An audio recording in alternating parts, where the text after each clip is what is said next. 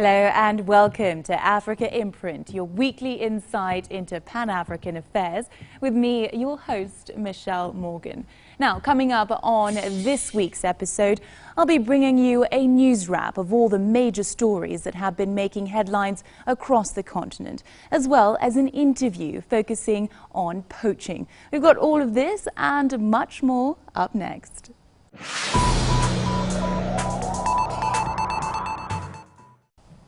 Now we begin the news wrap by taking a look at President Uhuru Kenyatta's case at the ICC, where he appeared for the hearing of his case on Thursday this week, with his defense team calling for the termination of the case, citing lack of evidence. Meanwhile, ICC prosecutors want Kenya to be punished for non-compliance in the case facing Uhuru Kenyatta. The prosecutor also wants the case adjourned indefinitely until the government of Kenya complies with their demands. The case was adjourned by presiding Judge Kazuki, awaiting for deliberations and verdict. The judges will now have to make a decision on whether to allow the case to go on or to drop it as requested by the defense. Mr. Attorney General, maybe I will have two questions. Attorney General Githu Muigai once again faced the ICC prosecution while giving submissions on the status of Kenya's government cooperation with the court in the case facing Uhuru Kenyatta. That is how they work. It may not be the most efficient system in the world. Now, Professor Muigai explained that the Kenyan government has been working with the court and that the prosecution has failed to follow due procedure while demanding for more information to support its case. The prosecution, on the other hand, claims that Kenya has not complied with the request to provide material that it requires as evidence. On the other hand, we have not received material which might be regarded as the truly critical material. I think it would be reasonable for us to conclude, and effectively we have so concluded, that the Kenyan government does not intend to provide us with either of those two sets of documents. It is not for one lawyer to determine whether there has been cooperation. It is for the court. In the manner that the prosecution addresses this matter, the prosecutor is saying, until I am personally satisfied. Mr. Attorney General, I'm sorry to interrupt, Yes. but I think you have already answered our question. Although the prosecution says the government has submitted some of the materials required, it has declined to give tax return forms as well as phone records. But it is simply a circular argument for the Attorney General to say, I can only give you the records if you give me the telephone numbers, because it's the telephone numbers which we are asking for. He knows that that is material which we say the Kenyan government must have, and which we're asking them to provide to us as a springboard for other material. What the prosecutor has just admitted to is that they have never known, have never had access to what they said in their speech here before you. In his speech before you, he said, we have critical information. This is the sort of circumlocucious argumentation that we have done, we have heard, that we are saying to you is not useful. I'm Stephen Kay of Queen's Counsel. Defense lawyer Steve Kay also said that the accused has been working with the court. He also entered into the regime of finding evidence that went to the truth of the case by going through a process of voluntary disclosure with the prosecution. It came to the stage of the case where the prosecutor admitted she had no evidence. We expected these charges to be dismissed. They weren't. Mr. Kay, sorry to interrupt, but can you answer more directly to my question? Yes, I gave unqualified consent to 3 months of bank records for the months of December, January and February that were relevant to the case brought against us, that was relevant to the evidence that was relied upon, and not some other case. We have already made a decision, and that today's status conference, only parties and legal representatives be invited. No amicus. Meanwhile, ICC judges declined a request by Professor Muigai to appear as a friend of the court at Wednesday's status conference. Status conference is now closed and the bench will rise. All rise. We will. Now, the latest details on the Ebola epidemic plaguing the continent, and alarm has been rising over an Ebola-like virus called Marburg, which has killed a health worker in Uganda. Now, since the incident, 3 Ugandans are being monitored in medical isolation for possibly contracting the Ebola-like Marburg virus. This is a prominent World Health Organization advisor who warned that that more Ebola cases can be expected among medical staff, even in developed countries with modern healthcare systems, as was witnessed in Spain, where a nurse became the first Ebola contamination case outside of Africa. A 30-year-old hospital technician died of the Marburg virus this weekend in Uganda. Marburg, like Ebola, is a hemorrhagic fever. It is rare but severe. On Tuesday, Uganda's Ministry of Health said that testing on 11 potential cases of Marburg came back negative, including that of the victim's brother. Those who still show symptoms similar to Marburg 3 days from now will be retested at that time. Uganda is very prepared for an outbreak of Marburg virus because we've had so much experience with similar outbreaks in the past. In the last few years, we've had multiple outbreaks of Ebola virus and Marburg virus. So I think the country is in a much better place, and we have a much more experience to be able to respond to these outbreaks much more rapidly. Ebola and Marburg are the exclusive members of the filovirus family of hemorrhagic fevers. Official reports say they have quarantined about 80 people who came into contact with the victim, one of whom, the man's brother, has developed the early symptoms of the disease. 60 of those quarantined are healthcare workers. So there's no proven cure for Marburg or Ebola virus infection as of yet. But the best method of control for these outbreaks is to identify all of the contacts from confirmed cases, follow them up for a set period of time, and any of them that become symptomatic, we immediately put them into isolation and monitor them for further signs and symptoms, but also perform a laboratory test to see if they do in fact have the virus. And if they do, then provide the appropriate treatment. Elsewhere, a nurse who treated 2 Spanish missionaries who died of Ebola in Madrid after the pair had been repatriated from West Africa remains in quarantine in the Spanish capital along with her husband and 3 other people. Another 50 people in Spain are being monitored. The 5th person to be placed under quarantine was reported to be a friend of the infected nurse and also a member of the Ebola care unit at the same hospital, was admitted on Wednesday morning with a slight fever. Now, the leaders of Nigeria and its neighboring countries met in Niger for talks on finalizing a multinational force to fight Boko Haram. Militants, that is. Now, Nigerian leader Goodluck Jonathan, Niger President Maha Madal Issoufou, Idris Deby from Chad and Benin's Thomas Boni Yayi gathered in the Niger capital Niamey to discuss joint military action against the militants.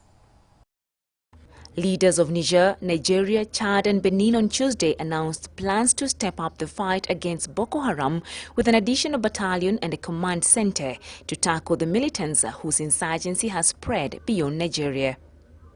The 4 heads of state and a representative of Cameroon's president said, after meeting in Niger's capital Niamey, that a command center for an already agreed-upon multinational force led by a chief of staff will be in place by November 20th. We need a common strategy and a common operating concept to improve and put together our intelligence capacities and our capacities on the ground to fight Boko Haram. The leaders agreed to finalize the deployment of troops promised by member states to form the multinational force within their national borders by November 1st. In July, Niger, Nigeria, Chad and Cameroon each pledged 700 soldiers to create a multinational force to fight the Nigerian-based group, which has killed more than 10,000 people since 2009. The Niamey meeting is a follow-up to a May summit in Paris, where the leaders promised to improve cooperation in the fight against Boko Haram after the group kidnapped more than 200 schoolgirls and threatened to destabilize the wider region. Boko Haram's violent 5-year campaign has killed thousands and is threatening the stability of countries in the West and Central Africa regions. In the past 2 months, it has progressed from bombings, raids and kidnappings to trying to seize territory in remote areas near the Cameroon border, possibly inspired by similar moves by rebels in Iraq and Syria. La Sape is a satirical subculture in the Democratic Republic of Congo, where men from the slums are flamboyantly attired in expensive suits. Now, while this subculture might seem superficial, it has a deeper philosophy about transcending poverty and social barriers. Now, women wishing to join this fashion pack have several obstacles in their quest to be part of this fascinating subculture. Here's more details on that story. The Sape movement started across the border in Brazzaville over 50 years ago as a means of resistance against colonialism. While this subculture might seem superficial, it has a deeper philosophy about transcending poverty and social barriers. But many find it hard to understand women wearing this masculine attire. People tell me, Mama Africa, you should wear a traditional dress. Not this. This isn't good.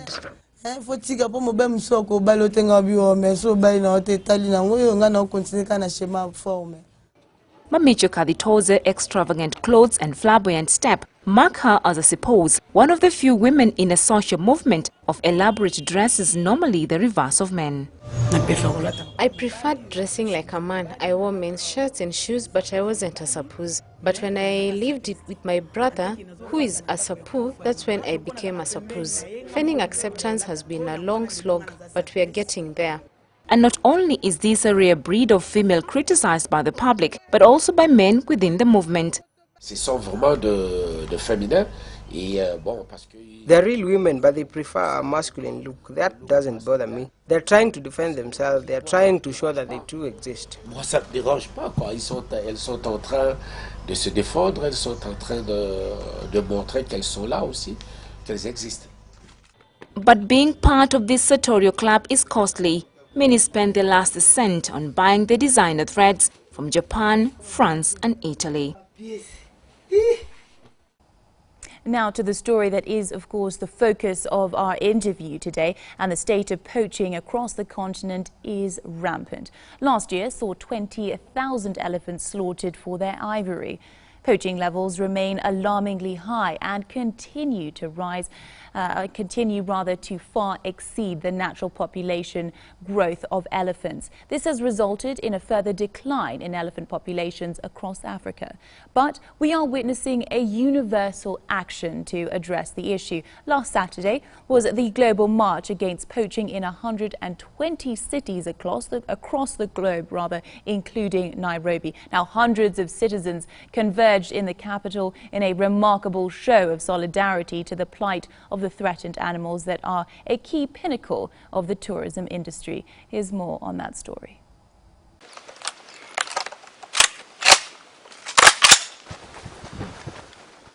Poaching has been a social and economic problem facing Africa and Kenya specifically, a country that largely depends on our robust tourism industry. With a constantly dwindling elephant and rhino population, hundreds of Kenyans today braved the chilly morning to march against the poaching menace. Now, one of the more remarkable elements of the global march for elephants and rhinos was the collaborative nature of the movement. Now, present at the march were several organizations that are concerned with the threat the animal population faces. Now, this ranged from tour agents to activists, youth conservation movements, university and high school students. They all made their voice heard. We are here to march for elephants and the rhinos in Africa. We try to create an awareness so that they can be protected here in Africa and other parts of the world.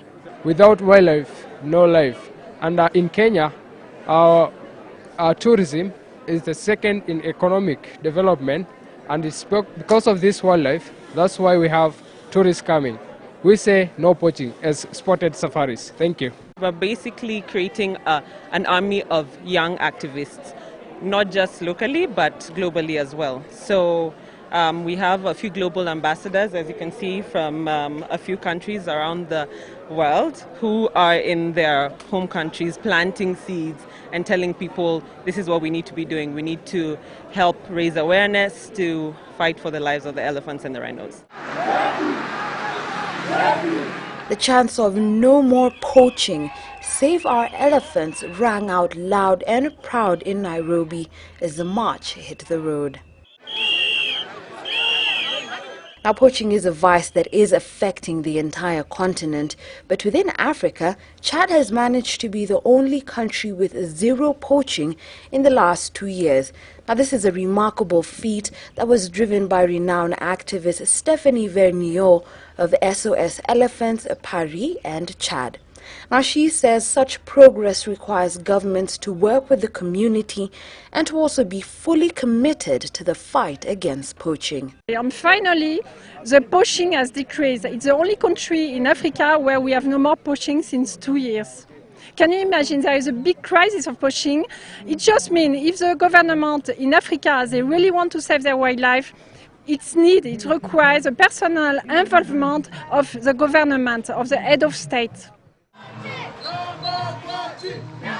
After covering more than 10 kilometers, the tired but equally fired spirits marched into the Uhuru Gardens on Langata Road to culminate another successful step in creating awareness on the threat that our animals face. Now, it has been a remarkable show today in Nairobi as hundreds, over 500, converged at the National Museum and walked straight down to here, Uhuru Gardens on Langata Road. Now, hundreds from all over Kenya, be it non-governmental organizations, university students, straight down to high school students, came together in a great, brilliant show of solidarity and put their foot down, saying that the poaching must stop. Reporting for Ebru Africa TV, I'm Kamene Goro, here at the Uhuru Gardens in Nairobi.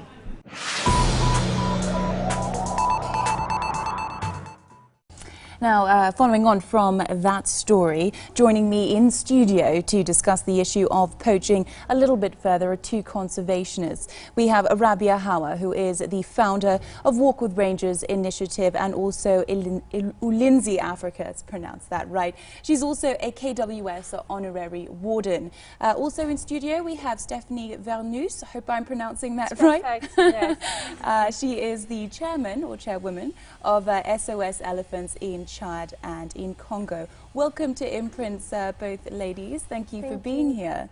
Obviously, this is a very relevant issue to discuss, plaguing the continent as well as Kenya. So, Rabia, if I could start by asking you, or let's establish rather the situation. What are the statistics in regards to the number of elephants that we have seen poached here locally in Kenya as well as across the continent? I think that when you look at poaching in Kenya, it's important to factor in Tanzania because we have a shared resource. At the moment, the rate of poaching in Kenya, I would average at about 1 a week, if not more. That's in Kenya. But in Tanzania, just very recently, they were losing up to 30 to 45 elephants every single day. And between a shared resource of a couple of thousand, I don't think that that's sustainable. Okay, and I know in 2012, this was when we saw the most outrageous numbers of poaching across the continent. I believe it was 35,000 elephants which were poached. And I mean, correct me if I'm wrong, these poaching levels are rising beyond the natural population, the growth rate of elephants. What are the implications of this? That's correct. I think I'm going to pass over to Stephanie because Stephanie comes from a region where poaching is very different from what we're experiencing in Eastern Africa. What we're experiencing in Eastern Africa is sort of like a consistent spate of hits on our elephants. But what she's experienced in Chad and in the Congo is sort of like overnight raids where, you know, they just massacre Tell us everything. about the situation in Chad. The situation in Chad is is really much better. But since 2 years' time, we had no more poaching. That is almost a miracle, because if you see the level of poaching in Africa, 100 elephants killed average per day, it means it's a miracle. But it used to be a disaster, meaning in 1978, apparently, I would say 20,000 elephants were roaming in Chad. Right now, we just have 1,500 elephants remaining. On the last past year, I would say within 5 years' time, 6,000 elephants were killed. And in Zakuma Park, almost 4,000 elephants were killed in 2-3 years' time, even less, very likely due to the involvement of the Janjaweed, you know, the militia of Sudan, of the Darfur. Yes, yes. I mean, Chad is a country that has been plagued by civil wars and military coups from the 1960s. So in terms of government protection, you know, I'm sure that that's quite lacking in a region that is engulfed with conflict. If you look at Sudan, Central African Republic, Nigeria, which means there's a lot of weapons and arms.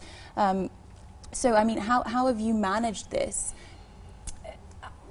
I need to be very modest and humble. I had this privilege to know very well the head of state, Idriss Déby, and I'm one of the first one who talked to him about the poaching and saying, listen, you can let your wildlife and your elephant go like that into the hand of the poacher and the ivory traffickants.